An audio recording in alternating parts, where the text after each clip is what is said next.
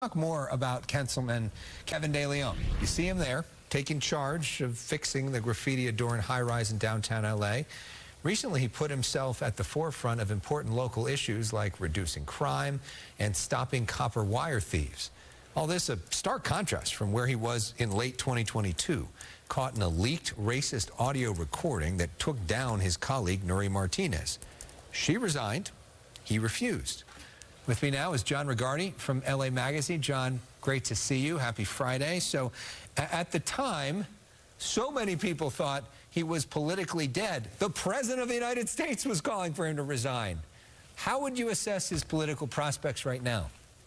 Well, you know, Alex, I think the appropriate thing is to put a political paraphrase on the old Mark Twain quote. Reports of Kevin De Leon's death have been greatly exaggerated. Now, look, to be sure, his future is unknown, but he is alive, and for more than one reason. It's not just the crime-fighting elements that you've just spoken about, but he has actually, for more than a year, been going across the community, really seeking to connect and reinvigorate his relationship with his constituents. You know, once a month, there is a huge line outside of the Eagle Rock field office. Why? Because he has a huge food giveaway. That happens there and in other places. He's doing work, again, to try to get people to forgive him and move on from this scandal. Well, and he sent out a mailer as well. We want to show this. It says, "I'm sorry" on the outside.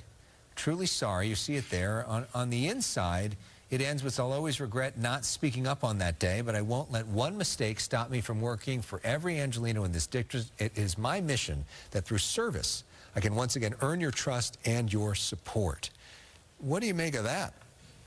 I think it's a necessary tactic. Look, we all know that the single biggest issue confronting him as this election approaches, he wants a second term, is the fallout from the racist audio scandal.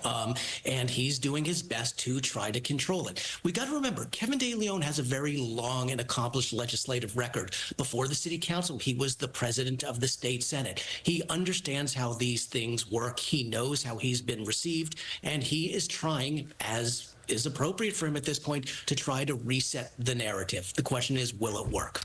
And he's raised a lot of money. Less money, though, than Miguel Santiago, who is an assembly member who's running against him. Wendy Carrillo, also an assembly member running against him. Those are people who have won elections, have bases, you know, are serious candidates. How are they doing, and where do you see things right now?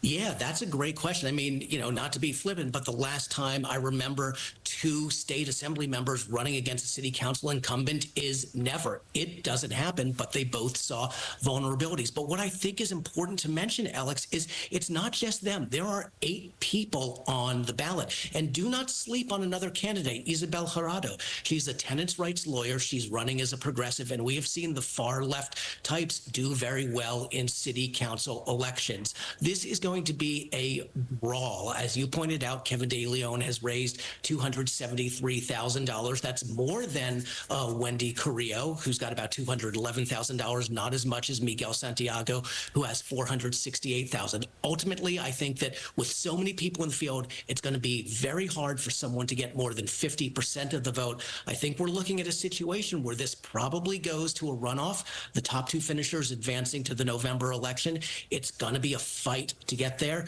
and Kevin De Leon and 7 others are going to be battling hard up until March 5th when it's election day. Very interesting to follow, and a reminder that all politics is local too, and maybe Kevin De Leon really understands his constituency if maybe some of the other folks writing about this aren't part of that district. John Rigardi, LA Magazine, thanks so much for being with us. Thank you, Alex.